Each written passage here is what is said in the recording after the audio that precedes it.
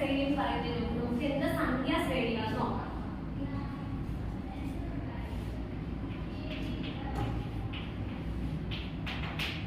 ഈ നമ്പേഴ്സിന്റെ പ്രത്യേകത എന്താ?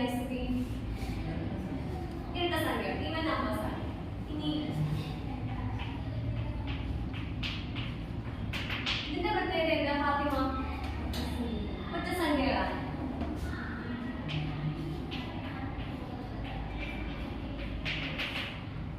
ഇതെന്ത് നമ്പേഴ്സ് ആ സുമയ്യ? സ്ക്വയേഴ്സ് ആണ്.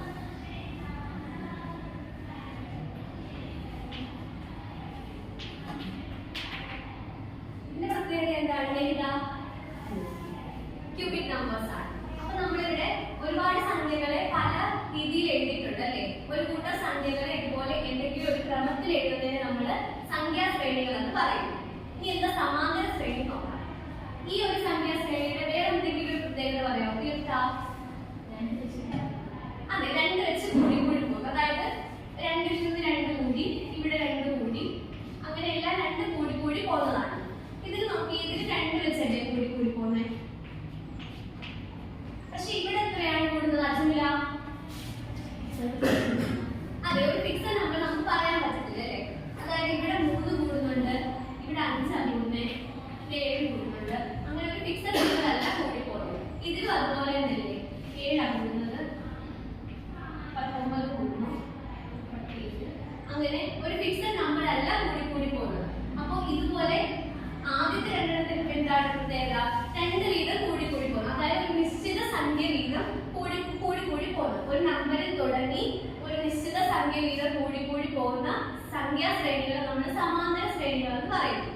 ഓക്കെ, അപ്പൊ ഈ കൂടി കൂടി പോകുന്ന നിശ്ചിത സംഖ്യയെ പൊതുവ്യത്യാസം എന്ന് പറയും. അപ്പോ എല്ലാ സംഖ്യാ ശ്രേണികളും സമാന്തര ശ്രേണികളാണോ പുണ്യ? അല്ല. എന്തുകൊണ്ടാ? അതെ, നമ്മൾ ഇവിടെ 2 എഴുതിയപ്പോൾ 2 സംഖ്യാ ശ്രേണികള് സമാന്തര ശ്രേണികളല്ല. പക്ഷെ ഈ 2 സമാന്തര ശ്രേണികളാണ്. അപ്പൊ എല്ലാ സംഖ്യാ ശ്രേണികളും സമാന്തര ശ്രേണികളാവണമെന്നില്ല. പക്ഷെ എല്ലാ സമാന്തര ശ്രേണികളും സംഖ്യാ ശ്രേണികളാണ്. ഇനി ഒരു ക്വസ്റ്റ്യൻ പറയാം. നമ്മുടെ ക്ലാസ്സിന്റെ മണ്ടയിൽ ഒരു വാട്ടർ ടാങ്ക് ഉണ്ട്. ഈ വാട്ടർ ടാങ്കിൽ 100 ലിറ്റർ വെള്ളമുണ്ട്. അപ്പൊ ഓരോ മണിക്കൂർ കൂടുന്തോറും 5 ലിറ്റർ വെള്ളം ഉപയോഗിച്ചുകൊണ്ടിരിക്കുക. അതായത് 5 ലിറ്റർ വീതം കുറഞ്ഞുകൊണ്ടിരിക്കുക. അപ്പം അതിന്റെ സമാന്തര ശ്രേണി പറയാവോ? ആദ്യം 100 ഉണ്ട്. 100ൽ നിന്ന് ഓരോ മണിക്കൂർ 5 കുറഞ്ഞു വരും. അപ്പോഴോ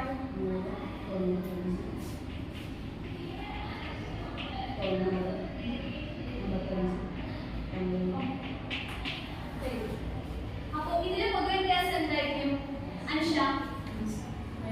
-5 ആണ്. അതെങ്ങനെയാണ് കണ്ടത്? നമുക്ക് അടുത്തടുത്തുള്ള 2 സംഖ്യകൾ എടുക്കാം. 95 -3. -5 പൊതുവ്യത്യാസം വരുന്നത്. ഈ വേറൊരു ഉദാഹരണം പറയാം.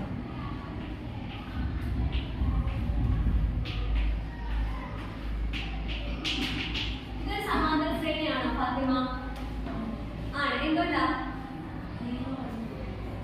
അതെ, 0 കൂടി കൂടി പോകുന്നുണ്ട്. അപ്പൊ ഇതും ഒരു സമാന്തര ശ്രേണിയാണ് അല്ലേ?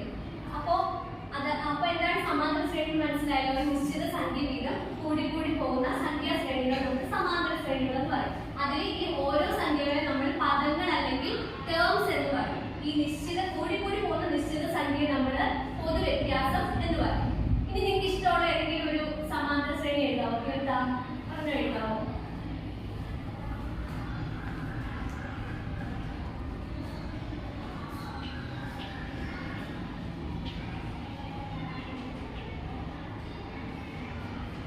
ഇതിന്റെ അടുത്ത 3 ടേംസ് എഴുതാവോ സുമയ്യ?